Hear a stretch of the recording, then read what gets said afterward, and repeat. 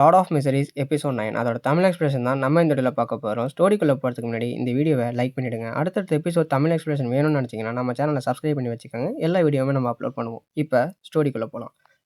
Acting portion அப்படிங்கிற ஒரு விஷயத்த கிலின் மரட்டி ரொம்ப நாளாக ரிசர்ச் பண்ணி கண்டுபிடிச்சிருப்பான். இது எதுக்கு யூஸ் ஆகும் அப்படின்னா, பியாண்டர்ஸ் வந்து அவங்களோட கண்ட்ரோலை இழக்காமல் இருக்கிறதுக்கும், அவங்க எடுத்துக்கிட்ட போர்ஷன்ஸை சீக்கிரம் டைஜஸ்ட் பண்ணுறதுக்கும் இது யூஸ் ஆகும். இதை எப்படியாவது கேப்டன் கிட்டேயும் எல்லாருக்கிட்டையும் நாளைக்கு போய் சொல்லணும் அப்படின்னு சொல்லி கிலின் மரட்டி யோசிச்சுட்டு இருப்பான். அந்த டைமில் அவன் ரூமில் வந்து ஸ்டேஞ்சாக ஒன்று ஃபீல் ஆகும். ஏதோ ஒரு ஸ்பிரிட் மீடியம் அவன் ரூம்குள்ளே வந்த மாதிரி ஃபீல் ஆகும். ஸோ இவன் என்ன பண்ணுவான்னா, கன்னை எடுத்து சுற்றி முற்றி பார்த்துட்டு இருப்பான். அப்போ பயப்படாத, நான் தான் வந்திருக்கேன் அப்படின்னு சொல்லிட்டு ஒரு ஃபேஸ் ஒன்று வரும். அது யார் அப்படின்னா டேலி. ஸோ அந்த டேலிங்கிறவ யாருன்னா, ஃபஸ்ட் எபிசோடில் நம்ம பார்த்துருப்போம். கிலின் மாரட்டியோட மெமரிக்குள்ளே போய் பார்த்துருப்பா. ஸோ வந்து அந்த இடத்துல வந்து டன்ஸ்மித்துக்கு வந்து இவன் வந்து ஹெல்ப் பண்ணியிருப்பாள். ஸோ இவனும் ஒரு பியாண்டர் தான். ஒரு அந்த இதுக்குள்ளே இருக்கிறவ தான், ஹோலி கேத்தட்ராலில் இருக்கிறவ தான். இவ எதுக்கு வந்திருக்கா அப்படின்னா, டன்ஸ்மித்துக்கிட்டேருந்து எனக்கு ஒரு லெட்டர் வந்துச்சு, அதை உங்ககிட்ட நான் சொல்லணும், இது ஒரு எமர்ஜென்சி அப்படின்னு சொல்லிட்டு தான் வந்து ஆரம்பிப்பா. இவ என்ன சொல்கிறான்னா, ஹோலி கேத்தட்ரால்லேருந்து ஒரு பர்சன் வந்து உன்னை பார்க்க வராங்க. ஏன்னா நீ 2 மாதம் தான் ஆகுது பியாண்டர் ஆகி, ஆனால் நீ பண்ணுற விஷயம் எல்லாமே ரொம்ப பெரிய பெரிய விஷயமா இருக்குது. ஸோ நீ பண்ணதுக்காக உன்னை வந்து ஒரு மாதிரி இன்வெஸ்டிகேட் பண்ண வருவாங்க அப்படின்னு சொல்லி சொல்கிறதுக்காக வந்திருப்பா. அது மட்டும் இல்லாமல் இவனை வந்து என்ன கேட்குறா அப்படின்னா, நீ வந்து ஆக்டிங் மெத்தட் ஒன்று கண்டுபிடிச்சிருக்கல அப்படின்னு சொல்லி கேட்குறப்ப, இவன் வந்து தெரியாத மாதிரியே காட்டிக்கிறான். அப்போனா என்ன அப்படின்னு இவன் உடனே சொல்கிறான், நடிக்காத, எனக்கு எல்லாமே தெரியும். நீ வந்து ஈவிலோட ஏதாவது கனெக்ஷனில் இருக்கியா, உனக்கு எப்படி இதெல்லாம் தெரியுது அப்படின்னு கேட்குறப்ப, இவன் வந்து அதெல்லாம் இல்லை, நான் வந்து ரிசர்ச் பண்ணி கண்டுபிடிச்சேங்கிற மாதிரி சொல்கிறப்ப, கண்டிப்பாக உண்டு தான், சீர் பவர் இருக்கிறவங்கள்ட்டேருந்து இதை எதிர்பார்த்தேன் தான் அப்படின்னு சொல்லிட்டு, எனக்கும் இதை பற்றி தெரியும், ஹையர் ரேங்கில் இருக்கிறவங்களுக்கும் இதை பற்றி தெரியும், ஆனால் நாங்கள் அதை சொல்ல முடியாது. ஏன்னா நாங்கள் வந்து இந்த ஒரு காடு கிட்ட ப்ராமிஸ் பண்ண மாதிரி அவங்க ஒன்று பண்ணியிருப்பாங்க. ஸோ அதை மீறினாங்க அப்படின்னா அவங்களுக்கு வந்து பனிஷ்மெண்ட் இருக்குது. ஸோ அதனால தான் நான் இதை வந்து நான் கேப்டன் கிட்டே சொல்லாமல் இருக்கேன் அப்படின்னு சொல்லிட்டு இவ சொல்கிறா. அதனால இவன் என்ன சொல்கிறான், என்னால் சொல்ல முடியாது, ஸோ உனக்கு வந்து அந்த ரூல்ஸ் கிடையாது, நீ முடிஞ்ச வரைக்கும் சீக்கிரமாக போய் சொல்லிவிடு. ஏன்னா அவங்க காலையில் வந்துடுவாங்க. ஸோ அவங்களுக்கு அவங்க வரதுக்கு முன்னாடி நீ போய் சொன்னால் தான் உண்டு, அவங்க வந்ததுக்கப்புறம் சொல்ல முடியாது அப்படிங்கிற மாதிரி சொல்கிறா. யார் வந்துருவானா, ஹோலி கேத்தட்ரால்லேருந்து ஏதோ சம்திங் ஒரு பர்சன் வருவாங்க இன்வெஸ்டிகேட் பண்ண. ஸோ அவங்க வரதுக்கு முன்னாடி போய் எப்படியா சொல்லிவிடு அப்படின்னு சொல்லிடுறா. அவனும் ஓகேன்றான். மறுநாள் பார்த்தீங்கன்னா, இவன் போய் எல்லாத்தையும் சொல்லிக்கிட்டு இருக்கான். அப்போ நெயில் வந்து ஒரு மாதிரி அறக்க பறக்க ஓடியாந்துட்டு, என்னாச்சு, ஏன் எல்லாரும் இங்கே கூட்டியிருக்கீங்க அப்படின்னு கேட்குறப்ப, அங்கேருந்து ஒரு பர்சன் சொல்கிறான், நம்ம கிளின் வந்து சீக்வன் 8க்கு வந்து அப்கிரேட் ஆக போகிறான் அப்படின்னு சொல்லிட்டு. இதுக்குள்ளே எப்படி 2 மாதத்துல எப்படி பண்ண முடியும் அப்படின்னு அவன் ஷாக்கில் இருக்கப்ப, இவன் வந்து எக்ஸ்பிளைன் பண்ணுறான் இந்த மெத்தடை பற்றி, இதில் இருக்கிற கீ ஃபீச்சர்ஸ் பற்றி எல்லாத்தையும் அவன் எக்ஸ்பிளைன் பண்ணுறான். நீ ஏன் ஒரு 20 வருஷத்துக்கு முன்னாடியே வந்திருக்கக்கூடாது அப்படிங்கிற மாதிரி அவர் வந்து ஒரு மாதிரி புலம்பிட்டு உட்காருவார். அப்போ பார்த்தீங்கன்னா அந்த ஆளும் வந்துடுறாரு. அந்த கேத்தட்ரால்லேருந்து ஒரு பர்சன் வருவார்ல, ஸோ அவர் வந்துடுறாரு. வந்ததுக்கப்புறம் டன்ஸ்மித் ஒரு மாதிரி ஷாக் ஆகுறான். அடுத்த சீன்லேயே பார்த்தீங்கன்னா கிலின் மரட்டியை கட்டி போட்டிருக்காங்க. கட்டி போட்டு இவர் இன்வெஸ்டிகேஷன் ஆரம்பிக்கிறாரு. இவருக்கு வந்து ஒரு நிக்நேம் இருக்குது. என்ன அப்படின்னா, ரெட் க்ளவுஸ் அப்படின்னு சொல்லிட்டு ஒரு நிக்நேம் இருக்குது. இவர் வந்து லெஜெண்டரி எலைட் ஸ்குவாடோட ஒரு மெம்பர் அப்படின்னு சொல்லிக்கலாம். இவரோட பவர் பார்த்தீங்கன்னா, சீக்வன்ஸ் 4 இருக்குல்ல, ஸோ அவங்களோட ஒப்பிட்டு பேசுவாங்க. ஸோ இவரோட பவரை யூஸ் பண்ணி இவனுக்கு வந்து ஒரு மாதிரி வலியெல்லாம் கொடுக்குறாரு. கொடுத்துட்டு ஒரு சில கொஸ்டின்ஸ்லாம் கேட்குறாரு. உனக்கும் ஈவில் கார்டுக்கு ஏதாவது சம்மந்தம் இருக்கா? அதுக்கப்புறம் நீ வந்து டெவிலா? நீ ஏதாவது எங்ககிட்ட மறைச்சிக்கிட்டு இருக்கியா? உன் ஃப்ரெண்ட்ஸ் கிட்ட மறைச்சிட்டு இருக்கியாங்கிற மாதிரிலாம் கொஸ்டின் வைக்கிறாரு. இவன் வந்து எதுவுமே சொல்ல மாட்றான். ஒரு மாதிரி வலியில் துடிக்கிறான். ஒரு சில டயத்தில் கத்த ஆரம்பிச்சிடறான். வெளில எல்லாரும் ஷாக் ஆகுறாங்க. அதோட முடிஞ்சிடுது. இவர் டோரை ஓப்பன் பண்ணிட்டு, எல்லாம் முடிஞ்சுது அப்படிங்கிறாரு. டோரை ஓப்பன் பண்ணதுக்கப்புறமா எல்லாரும் வந்து என்னாச்சு அப்படின்னு சொல்லி பார்த்துட்டு இருக்காங்க. அப்போ இவர் என்ன சொல்கிறாரு அப்படின்னா, இவன் வந்து போர்ஷனை வந்து சூப்பராகவே யூஸ் பண்ண தெரிஞ்சிருக்கான். இவன் வந்து சீக்கிரமாகவே சீக்கிரம் செட் ஆகிட்டான். இவன் வந்து அதுக்கான தகுதியானவன் தான் அப்படிங்கிற மாதிரி அவர் சொல்கிறாரு. இப்போ வந்து அதுலேருந்து ஒருத்தன் கேட்குறான், ஆக்டிங் மெத்தட் இவன் சொல்லிட்டானே, இதுக்கு பனிஷ்மெண்ட் கிடையாதா அப்படின்னோன்னே, இல்லை, இவன் வந்து அந்த ஆக்டிங் மெத்தடை இவ்வளோ சீக்கிரம் கண்டுபிடிச்சிருக்கான். ஸோ அந்த ஒரு ரீசன்னால தான் இவன் சீக்வன் 8க்கே இவன் எலிஜிபிள்னு நான் சொல்கிறேன் அப்படின்னு சொல்கிறார். ஏன்னா இவ்வளோ ஸ்மார்ட்டாக இவ்வளோ சீக்கிரமாக ஒரு பியாண்டர் வந்து இவ்வளோ சுறுசுறுப்பாக வேலை பார்க்குறான் அப்படின்னா, அவன் வந்து அந்த இடத்துக்கு தகுதியானவன் அப்படிங்கிற மாதிரி அவர் சொல்லிட்டு சிரிக்கிறாரு. கிலின் மாரிட்டி என்ன சொல்கிறான் அப்படின்னா, உங்கள் ட்ரீட்மெண்ட்டுக்கு ரொம்ப நன்றி அப்படிங்கிற மாதிரி ஒரு மாதிரி ஃப்ரஸ்ட்ரேட்டடாக சொல்கிறான்.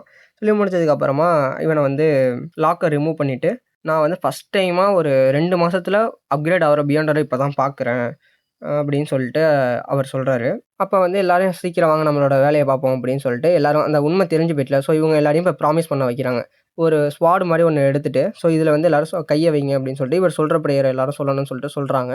சொல்லிவிட்டு ப்ராமிஸ் பண்ணுறாங்க, இந்த மாதிரி நாங்கள் யார்ட்டையும் சொல்ல மாட்டோம், சொன்னால் எங்களுக்கு வந்து எந்த பனிஷ்மெண்ட் கொடுத்தாலும் நாங்கள் வந்து ஏற்றுக்குறோம் அப்படிங்கிற மாதிரி. இது வந்து யாருக்கும் தெரியக்கூடாது அப்படிங்கிற மாதிரி ரூல்ஸ் இருக்கும் போல். ஏன்னா இது சம்டைம்ஸ் இது வெளில எங்கேயாவது போனால் இது வந்து ப்ராப்ளமாக மாறத்துக்கு வாய்ப்பு இருக்குது, அப்படி கூட இருக்கலாம். ஏன்னா இப்போ ஏதாவது கெட்டவங்க கைக்கு போணுச்சு, ஏதாவது கெட்ட பியாண்டர் இருக்காங்க இதுக்கு முன்னாடி, ஸோ அவங்க இந்த பவரை யூஸ் பண்ணால் டக்குன்னு அடுத்த சீக்வன்ஸ் போயிடுவாங்க. ஸோ அவங்க வந்து கண்ட்ரோல் பண்ண முடியாது. ஸோ அதனால தான் இவங்க வந்து அந்த ஹோலி கேத்தட்ரால்குள்ளேயே இதை ஒரு சில பேருக்கு சொல்லாமல் இருக்காங்க போல். ப்ரேயர்லாம் முடிஞ்சதுக்கப்புறம் பார்த்தீங்கன்னா, கிளினை கூட்டு போயிட்டு வா, உன்னோட அடுத்த போர்ஷன் சீக்வன்ஸ் 8 க்ளோன் போர்ஷன் இருக்குல்ல, ஸோ அதுக்கு வந்து ரெடி பண்ணுவோன்னு சொல்லிட்டு போகிறப்ப, இவன் வந்து எல்லாத்தையும் அப்படியே என்னென்னலாம் சேர்க்கணுமோ எல்லா எலமெண்ட்டையும் சேர்க்குறான். இவர் வந்து பார்த்துக்கிட்டே இருக்காரு. பார்த்து முடிச்சதுக்கப்புறமா கடைசியில வந்து அவனோட அந்த ஸ்பிரிட் மெண்டலம் இருக்குல்ல, அந்த எல்லோ கலர்ல இருக்கும்ல. ஸோ அத வச்சு அவன் செக் பண்ணி பார்க்குறான். இது வந்து குடிக்கலாமா, குடிக்கக்கூடாது. ஸோ இது வந்து அது டிசிஷன் மேக்கிங் தானே அது. இது நல்லதா, கெட்டதா, இது பண்ணலாமா, வேணாமான்னு சொல்ற அந்த ஒரு இது தானே. ஸோ அத யூஸ் பண்ணி பார்ப்பான். அப்ப அவரு என்ன சொல்றார்ன்னா, "நீ வந்து ஒரு ப்ரொஃபஷனல் சீர் எப்படி இருப்பானோ, ஸோ அந்த மாரி நீ ரியாக்ட் பண்ற" அப்படின்னு சொல்லிட்டு. ஏன்னா அது கரெக்ட்டா அவன் யூஸ் பண்ண எந்தெந்த இடத்துல எத எத யூஸ் பண்ணணும்னு அவனுக்கு தெரிஞ்சிருக்குல்ல. ஸோ அது. ஸோ அவன் அந்த போஷன எடுத்து குடிக்கிறான். குடிச்சதுக்கப்புறம் பார்த்தீங்கன்னா, ஹர்னாசிஸ்ங்கிற வார்த்தையும், அடுத்து ஃப்ளொக்கெரா அப்படின்னு சொல்லிட்டு ஒரு 2 வார்த்தை திரும்ப திரும்ப அவன் மைண்ட்ல ஓடிட்டே இருக்கு. ஸோ இன்ன வரைக்கும் நமக்கு அதுக்கான விடை கரெக்ட்டா தெரியல. ஹர்னாசிஸ் பத்தி கூட ஓரளவுக்கு நம்ம டீட்டெயில் தெரியும். ஆனா ஃப்ளேக்ரா அப்படின்னு சொல்லிட்டு அந்த வார்த்தை இருக்குல்ல, ஸோ அதுக்கான மீனிங் தெரியல. ஸோ அது பேக்ரவுண்ட்ல ஓடிட்டு இருக்கு. அவன் கண்ட்ரோல் பண்ணிடுறான் அவனோட பவர திரும்பி. கண்ட்ரோல் பண்ணி பார்க்குறப்ப, அவனுக்கு வந்து உடம்பு ஃபுல்லா ஏதோ லைட்டான மாரி இருக்கு. அப்ப வந்து அவர் கங்கிராச்சுலேஷன்லாம் சொல்லிட்டு, "சரி நீ வந்து இனிமே தான் நீ கொஞ்சம் ஜாக்கிரதையா இருக்கணும். ஏன்னா இந்த பாத்வே வந்து கொஞ்சம் ஒரு நெறையா ஈவில்ஸ் வந்து உன்ன வந்து அட்டாக் பண்றதுக்கு வாய்ப்பு இருக்கு. ஸோ இதனால நீ கொஞ்சம் கேர்ஃபுல்லா இருக்கணும்." அப்படிங்கிற மாரி அவர் சொல்லிட்டு அட்வைஸ் பண்றாரு. இவன் அத விட்டு வெளில வந்துடுறான். வெளில வந்ததுக்கப்புறம் ஃபுல்லா இதெல்லாம் நல்லா இருக்கே! எனக்கு இந்த எபிலிட்டி ரொம்ப நல்லா இருக்கு. எல்லாமே நல்லா சூப்பரா அப்சர்வ் பண்றேன் அப்படிங்கிற மாரி அவன் ஃபீல் பண்ணிட்டுருக்கான். அப்ப பார்த்தீங்கன்னா, ரொசேனான்னு ஒரு பொண்ணு இருப்பாள. ஸோ அவ வந்து என்ன பண்றான்னா, அந்த பேப்பர் ஒர்க்கெல்லாம் புடிச்சு பறக்க விட்டுர்றா தடுக்கிட்டு விழுந்து. அவன் வந்து என்ன பண்ணான்னா, அவளையும் காப்பாத்தி அந்த பேப்பர் எல்லாத்தையும் வேகமா புடிச்சு அவள்ட்ட திரும்பி குடுத்துர்றான். இதுலேருந்து என்ன தெரியுது அப்படின்னா, அவனோட கண்ணு வந்து அவ்ளோ ஷார்ப்பா இருக்கு. அவனோட மூவ்மெண்ட்ஸும் ரொம்ப ஃபாஸ்ட்டா இருக்கு. ஸோ இதுதான் அந்த குளோனோட எபிலிட்டி போல அப்படின்னு அவன் நெனைக்கிறான். அப்ப வந்து அங்கேருந்து கேப்டன் வந்துட்டு, "ஓகே தானே உனக்கு எல்லாம் பெட்டரா ஃபீல் ஆகுதா?" அப்படின்னு கேட்டுட்டு இருக்கிறப்ப, நல்லா ஃபீல் ஆகுது. எல்லா பவரும் கொஞ்சம் நல்லா இருக்கு." அப்படிங்கிற மாரி சொல்றான். அப்ப வந்து நெயில் வந்து டைய வந்து அட்ஜஸ்ட் பண்ணுவாரு. அப்ப அவரு எந்த கையில அட்ஜஸ்ட் பண்றாருங்கிற வரைக்கும் அப்படி ஃபிராக்ஷன் ஆஃப் செகண்ட்ல அவன் வந்து நோட் பண்ணுவான். ஸோ இது வந்து அந்த அளவுக்கு அக்யூரேட்டா நோட் பண்ணுது ஒரு விஷயத்த. ஸோ இந்த பவர் அப்படின்னு சொல்லிட்டு அவன் அண்டர்ஸ்டாண்ட் பண்ணிக்கிறான். அடுத்தடுத்த பவரையும் நம்ம வந்து டெஸ்ட் பண்ணி பார்ப்போம்னு சொல்லிட்டு சொடக்கு போடுறான். அதாவது இந்த லைட்டு கிட்ட. எதுக்காக அப்படின்னா, இதுக்கு முன்னாடி இந்த குளோன் ஒருத்தன் இருந்தானே. ஸோ அவன் வந்து அந்த சொடக்கு போட்டு அந்த புல்லட்லாம் எனக்கு தெரிஞ்சு பாஸ் பண்ணியிருப்பான்னு நெனைக்கிறேன். ஸோ அந்த மாரி ஏதோ ட்ரை பண்ணியிருக்கான். ஆனா அது நடக்கல. போயிட்டு நெயில் போய் பார்க்குறாரு, "இங்க ஏதாவது நடந்திருக்கா?" அப்படின்னு. "இல்ல எதுவுமே நடக்கலையேப்பா தம்பின்னோனே." நீ வந்து இன்னும் கொஞ்சம் கத்துக்கணும் அப்படிங்கிற மாரி அவர் சொல்லுவாரு. டக்குன்னு பார்த்தா ஒரு கார்டு பேப்பர் பீஸ் ஒண்ணு. அது வேகமா அவரு கிராஸ் பண்ணி போகும். போயி அந்த ஒரு செவுத்துல இருக்கிற அந்த ஒரு வுட்ட வந்து கிராக் பண்ணியிருக்கும். ஸோ போய் பார்த்தா தான் தெரியும். ஸோ அந்த மாரி ஒரு பேப்பர வந்து ஃபாஸ்ட்டா அந்த மாரி ஒரு பவர் வந்து இவனுக்கு கிடைச்சிருக்கு. ஸோ பார்த்துட்டு "நல்லா இருக்கே!" அப்படின்னு சொல்லிட்டு அங்க இருக்கிற ஒரு பையன் சொல்றான். "நானும் வந்து சீக்கிரமா ட்ரை பண்றேன். என்னாலயும் முடியும்." அப்படிங்கிற மாரி அவன் சொல்றான். அத பார்த்துட்டு நெயில் வந்து "இந்த காலத்து பசங்களே ரொம்ப ஆர்வக்கோளாரா இருக்காய்ங்க." அப்படின்னு சொல்லிட்டு இருப்பாரு. சொல்லி முடிச்சதுக்கு அப்புறமா இந்த மாரி கிளீன் கிட்ட போயிட்டு, "என்னால முடியாத நீ பண்ணிட்ட. ஸோ நீ வந்து எல்லாத்தையும் அட்வான்ஸா சூப்பரா கத்துக்கிற." அப்படிங்கிற மாரி சொல்லிட்டு, "இத நம்ம வந்து செலிப்ரேட் பண்ணணும்." அப்படின்னு சொல்லி எல்லார்ட்டயும் சொல்லிட்டு இருக்காரு. "நான் ட்ரீட் வைக்கிறேன். எல்லாரும் வாங்க எங்க வீட்டுக்கு பக்கத்துல இருக்கிற ரெஸ்டாரண்ட்டுக்கு போவோம். நல்லா ட்ரிங்க்ஸ் பண்ணிட்டு சாப்பிட்டுட்டு வரலாம்." அப்படிங்கிற மாரி நெயில் சொல்றாரு. சொல்லிட்டு நல்லா ஜாலியா போயிறாரு. ஸோ இவங்கலாம் பேசிக்கிறாங்க. இவர வந்து ரொம்ப நாள் ஆயிட்டு இந்த மாரி பார்த்து. அவர் ஃப்ரெண்ட் இறந்ததுக்கப்புறம் ரொம்ப சோகமா இருந்தாரு. இப்ப தான் நல்லா ஜாலியா இருக்காரு அப்படின்னு சொல்லிட்டு இவங்க பேசிட்டு இருக்காங்க. கேப்டன் சொல்றான், "டைம் ஆயிட்டு. நம்ம சீக்கிரம் போய் ஒர்க்க முடிச்சுட்டு போகணும்." அப்படின்னு சொல்றாங்க. இவங்கலாம் கிளம்பிடுறாங்க. ஒர்க்க முடிச்சுட்டு இவங்கலாம் வண்டியில போயிட்டுருக்காங்க. அப்படி போயிட்டுருக்கும்போதே பியானோ வாசிக்கிற சத்தம் கேட்குது அவர் வீட்டுக்கிட்ட போனோனே. ஸோ அப்பதான் ஒவ்வொருத்தரும் சொல்லிட்டு வரான். இவர் வந்து ரொம்ப நாளுக்கு அப்புறம் இப்ப பியானோ வாசிக்கிறார் போல அப்படின்னு சொல்லி நியானாட்ட சொல்றான். ஒருத்தன் வந்து இவர் நல்லவர் அப்படிங்கிற மாரியும். நம்ம கேப்டன் என்ன சொல்றான்னா, இவரு கூட நம்ம ரொம்ப டைம் ஸ்பெண்ட் பண்ணணும். இவர லோன்லியா ஃபீல் பண்ண வைக்கக்கூடாது. நம்ம அவங்களோட நல்லா பழகணும். இன்னும் நல்லா டைம் ஸ்பெண்ட் பண்ணணும் அப்படிங்கிற மாரி கேப்டன் சொல்றாரு.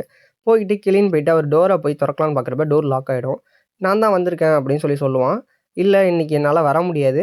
நம்ம வேற ஒரு நாள் பார்க்கலாம் அப்படின்னு சொல்லிட்டு சொல்றாரு. ஏன்னா இவ தான் ஆரம்பிச்சாரு. இவரே இப்படி சொல்றாருன்ட்டு கெலினுக்கு வந்து அந்த இடத்துல என்ன நடக்குதுன்னு தெரியல. ஏன்னா அவர் வீட்ட விட்டு வெளில வர மாட்றாரு. இவன் கண்ண காட்டி கேப்டன் கிட்ட ஒரு மாரி சைகை காட்டுறான். அப்ப கேப்டன் புரிஞ்சுக்கிறாரு.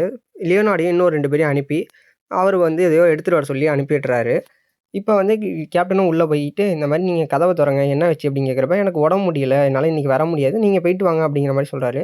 "உடம்பு முடியலையா? நீங்க கதவ தொறங்க. நான் பார்க்குறேன் என்னாச்சு?" அப்படின்னு சொன்னோனே, "நீங்க அதெல்லாம் பார்க்க வேணாம். என் ஃப்ரெண்டு நீங்க. நான் எப்படி உங்கள வந்து இப்படி விட முடியும்?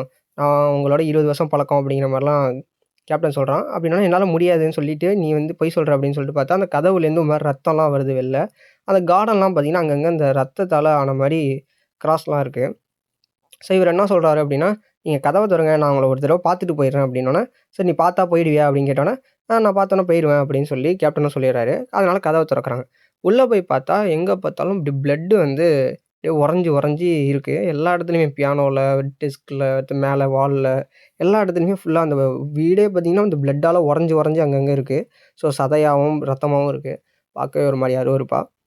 இப்ப வந்து இவரு என்ன சொல்றாருன்னா, இங்க நடக்குறது ஏதோ சம்திங் ஸ்ட்ரேஞ்சா இருக்குங்கிறது புரியுது. கிளீனுக்கு வந்து இங்க நடக்குது என்னன்னே புரியல. ஒரு மாரி எமோஷனலா இதாயிருக்கான். இவரு ஏன் இப்படி நடந்துக்கிறாரு அப்படின்னு சொல்லிட்டு. நீங்க வந்து இப்ப வாங்க வெளில வாங்க அப்படின்னு சொல்லி கேப்டன் கூப்பிடுறப்ப, "நீ தான் உள்ள வந்தா போயிர்ற நீ" அப்படின்னோனே, "நான் உங்கள பார்க்கணும்" அப்படின்னு சொன்னோனே, "இல்ல என்னால முடியாது. என்னால பார்க்க முடியாதுன்னு" சொல்லி நெயிலும் சொல்லிட்டு இருக்காரு. கிளீன் கிட்ட போயிட்டு, "இந்த சைடா நீ போ" அப்படின்னு சொல்லிட்டு கெலின் ஒரு சைடாக போயிட்டுருக்கான் மாடிப்படியில் ஏறி. இவர் ஒரு சைடாக போயிட்டுருக்கான். கெலின் போய் ஒரு இடத்துல போய் பார்க்குறப்போ இந்த டோர் ஃபுல்லாகவே ஒரு மாதிரி பிளாக்காக ஒரு ஹேரியாக இருக்குது. ஸோ அதை பார்த்துட்டு ஒரு மாதிரி ஷாக்கில் இருக்கான். அவர் அப்போ என்ன சொல்கிறார் அப்படின்னா, கெலினும் கேப்டன்ட்டையும் நீங்கள் போயிடுங்க, நான் யாரையும் நான் வந்து துன்புறுத்தக்கூடாதுன்னு நினைக்கிறேன், தயவு செஞ்சு போயிடுங்க அப்படின்னு சொல்லிட்டு என் போக்கில் என்னை விடுங்க அப்படிங்கிற மாதிரி அவர் சொல்கிறாரு. இந்த மாதிரி நீங்கள் தப்பாக புரிஞ்சிருக்கீங்க, நான் வந்து உங்களுக்கு ஹெல்ப் பண்ண தான் போகிறேன், என்ன பண்ணுறீங்கன்னு சொல்லுங்கள், உங்களுக்கு என்ன ஆச்சு அப்படின்னு சொல்லி கேட்குறப்ப அந்த மாதிரி சொல்கிறாரு. நான் வந்து என்னோட மனைவி, அதாவது நான் கெலஸ்டாக்கு திரும்பி உயிர் கொடுக்க போகிறேன் அப்படிங்கிற மாதிரி அவர் சொல்கிறாரு. அது எப்படி நீங்கள் பண்ணுவீங்க அப்படின்னு சொல்லிட்டு டன்ஸ்மித் கேட்குறப்ப, ஆல்கெமிக்கல் லைஃப் அப்படின்னு சொல்லிட்டு ஒரு மெத்தடை யூஸ் பண்ண போகிறதா சொல்கிறாரு. அது எப்படின்னா, ஒரு பாடிக்கு வந்து வயசே ஆகாத மாதிரி எடுத்துக்கிட்டு, ஸோ அதில் வந்து அவரோட மனைவியோட சோல் இருக்குல்ல, ஸோ அதை சமன் பண்ண போகிறதாவும், அதை வச்சு அவங்க ஒய்ஃபுக்கு வந்து உயிர் கொடுக்க போகிறதாவும் அவர் சொல்கிறாரு. ஸோ இது நல்ல ஐடியா தானே அப்படின்னு சொல்லிட்டு கேப்டன் கிட்ட கேட்குறப்ப, கேப்டனும் இது நல்ல ஐடியா தான் அப்படின்னு சொல்லிட்டு, அதுக்கு ஏன் நீங்க இப்படி இருக்கீங்க அப்படின்னு சொல்லிட்டு டக்குனு என்ன பண்றான் அப்படின்னா, அவனோட பவர யூஸ் பண்றான். நைட்மேர் பவர யூஸ் பண்ணி அவர ட்ரீம்க்கு கொண்டு போலான்னு ட்ரை பண்றான். இங்க என்ன பிரச்சனை அப்படின்னா, அவரோட அந்த பில்டிங் இருக்குல்ல, ஸோ அது ஃபுல்லாவே அவரோட கட்டுப்பாட்டுல இருக்கு. அதாவது லைக் எப்படி சொல்லணும்னா, நீங்க டீமன் ஸ்லேயர் செகண்ட் சீசன் பார்த்துருந்தீங்கன்னா, அந்த ட்ரெயின் ஃபுல்லாவே ஒரு டீமனோட ஆக்குபைட்ல இருக்கும்ல, அந்த மாரி சொல்லலாம். இல்லன்னா ஜிராயாவோட ஒரு ஜுட்ஸு இருக்குல்ல, அந்த தவளை உடம்புக்குள்ளேயே இருக்கும். அந்த வீடு மாரி ஒரு இது இருக்கும்ல, ஸோ அந்த மாரி இந்த வீடு ஃபுல்லாவே அவரோட கண்ட்ரோல்ல இருக்கு. ஸோ இவர் வந்து யூஸ் பண்ண போறது முன்னாடியே தெரிஞ்சு, அதுலேருந்து அவர் தப்பிச்சிடுறாரு. இப்ப என்ன நடக்குதுன்னா, "நீ வந்து என்ன ட்ரீம்க்கு தள்ள பார்க்குறியா?" அப்படின்னு சொல்லிட்டு, அவர் அப்பயும் என்ன சொல்றாருன்னா, "நான் வந்து உங்கள யாரையும் நான் துன்புறுத்த விரும்பல. தயவு செஞ்சு என்ன விட்டுட்டு போயிருங்க." இவங்கலாம் ஏன் அவர விடமாட்றாங்க அப்படின்னா, மெயின் விஷயம் இவர் வந்து சப்போஸ் கண்ட்ரோல இழந்துட்டாரு அப்படின்னா, அவர் என்ன பண்றாரு அவருக்கே தெரியாது. ஸோ இது மூலியமா அங்க இருக்கிற மக்களுக்கு டேஞ்சர் வரலாம். ஸோ அதனால அவர வந்து இப்படியே விடமாட்டாங்க. அவர் என்ன நெனச்சிட்டு இருக்காருன்னா, இவங்க வந்து நம்மள அரெஸ்ட் பண்ணிருவாங்க அப்படிங்கிற மாரி அவர் நெனச்சிட்டு இருக்காரு. ஸோ அத பயந்துகிட்டு எல்லாம் போயிடுங்க, போயிடுங்கன்னு சொல்லி அவர் சொல்லிட்டே இருக்காரு. இன்னொரு சைடுல பார்த்தீங்க அப்படின்னா, லியோனார்டோ அவங்க இன்னும் 2 பேரும் சேர்ந்து அவங்க சொன்ன ஒரு பொருள வந்து அவங்க எடுத்துட்டு வந்துட்டு இருக்காங்க. எடுத்துட்டு வந்து வீட்டுக்குள்ள வந்ததுக்கு அப்புறமா, அந்த இது வந்து இங்க டைம் வந்து ரொம்ப கம்மியா இருக்கு அப்படின்னு சொல்லிட்டு லியோனார்டோ என்ன பண்ணிடுறான் அப்படின்னா, அந்த பாக்ஸ வந்து ஓப்பன் பண்ணிடுறான். அதாவது அவங்க யூஸ் பண்றாங்கல்ல வெப்பன் ஏதாவது ஒண்ணு எபிசோடுக்கு எபிசோடு அந்த மாரி ஒரு வெப்பன் போல. ஸோ அத ஓப்பன் பண்ணிடுறாங்க. ஓப்பன் பண்ணோனயே கேப்டன் அத யூஸ் பண்ணி ஒரு மாரி த்ரெட் மாரி கொண்டு வந்து, அவர வந்து ஃபுல்லா சீல் பண்ணிடுறாங்க. அவரோட ஃபேஸு, அவரோட ஸ்கின் எல்லாத்துலயுமே போயிட்டு அது அப்படியே போய் ஒட்டி ஒரு மாரி அவரோட பவர வந்து உரியிற மாரி இருக்கும் போல. ஸோ கண்ட்ரோல் பண்ணிடுறாங்க. அவரும் தன்னோட தோல்விய ஒத்துக்கிட்டு என்ன சொல்றாரு அப்படின்னா, "என்ன விட்டுருங்க. நான் உங்கள்ட்ட கெஞ்சி கேட்கிறேன். என்னோட கடைசி ஆசை இது. எப்படியாவது என் மனைவிக்கு வந்து உயிர் குடுக்கணும்னு நெனைக்கிறேன். இது நான் பண்ணக்கூடாதா என்ன?" அப்படின்னு சொல்லிட்டு, "நான் ஏற்கனவே மாஸ்டர் ஆயிட்டேன் தான். புரியுது. நான் வந்து இத பண்ணதுக்கப்புறம் நான் இந்த இடத்துலயே இருக்க மாட்டேன். என்ன விட்டுருங்க." அப்படின்னு சொல்லிட்டு அவர் ஒரு மாரி எமோஷனலா பேசுறாரு. பேசிட்டு எமோஷனலா அவங்க கூட இருந்த பாண்டிங்லாம் சொல்லிட்டுருக்காரு. ஸோ அத பார்த்துட்டு கிளின்னு அழுவுறான். அவங்க பக்கத்துல இருக்கிற எல்லாருமே வந்து ஒரு மாரி எமோஷனலா இருக்காங்க. டன் ஸ்மித்துக்கு வேற வழியே இல்லாம துப்பாக்கிய எடுத்து, மனசே இல்லாம கையெல்லாம் நடுங்கும் அவருக்கு. மனசே இல்லாம சுட்டுருவாரு. அவரும் அந்த இடத்துல இறந்துருவாரு. அவரோட அந்த பிளட் இது எல்லாமே அப்படியே கொட்டும். அதில பார்த்தீங்கன்னா, நெறைய லெட்டர்லாம் இருக்கும். ஸோ அந்த லெட்டர வந்து கில்லியன் மாரிட்டி எடுத்து படிப்பான். அதில என்ன இருக்கும் அப்படின்னா, அந்த ஆல்கெமிக்கல் லைஃப் இருக்குல்ல, ஸோ அதுக்கு பண்றதுக்கு என்னென்னலாம் வேணும் அப்படின்னு சொல்லிட்டு அதில இருக்கும். இந்த மாரி ஸ்ப்ரிங் வாட்டர் வேணும், 50 கிராம் வந்து இது வேணும், அடுத்து ரெட் அயர்ன் வேணும், அடுத்து பியூர் கோல்டு வேணும். முக்கியமா ஒரு லிவிங் பீயிங்கனோட அதிகபட்ச ரத்தம் வேணும் அப்படின்னு. ஸோ அந்த ஒரு விஷயத்துக்காக தான் இவர் வந்து அந்த வீடையே அந்த மாரி பண்ணி வச்சிருக்காரு, ஆர்வ கோளாறா. ஸோ இவர் என்ன நெனச்சாருன்னா, கில்லியன் மாரிட்டியால முடியுது நம்மளால, ஏன் இத பண்ண முடியாதுங்கிற மாரி அவர் யோசிச்சாரா என்னன்னு தெரியல. ஆ சரி இத வந்து அவர் என்ன சொல்லியிருப்பார்ன்னா, ஏற்கனவே தான் "நீ வந்து 22 வருஷத்துக்கு முன்னாடியே வந்திருக்க கூடாதா?" அப்படிங்கிற மாரி அவர் சொல்லியிருப்பார். சாரி 20 வருஷத்துக்கு முன்னாடியே நீ வந்திருக்க கூடாதா? அப்படின்னு சொல்லிட்டு அவரு யோசிச்சிருப்பார்ல. ஸோ அந்த மாரி தான். ஸோ அவரோட ஒய்ஃப அவரால காப்பாத்த முடியாம போயிட்டு, ஸோ அந்த ஒரு கில்ட்டினஸ்லயே தான் அவரு இருந்திருக்காரு. அடுத்து அவர் ஃப்ரெண்ட் இறந்ததுக்கு அப்புறமா அவரால சுத்தமா எதுவுமே ஏத்துக்க முடியல.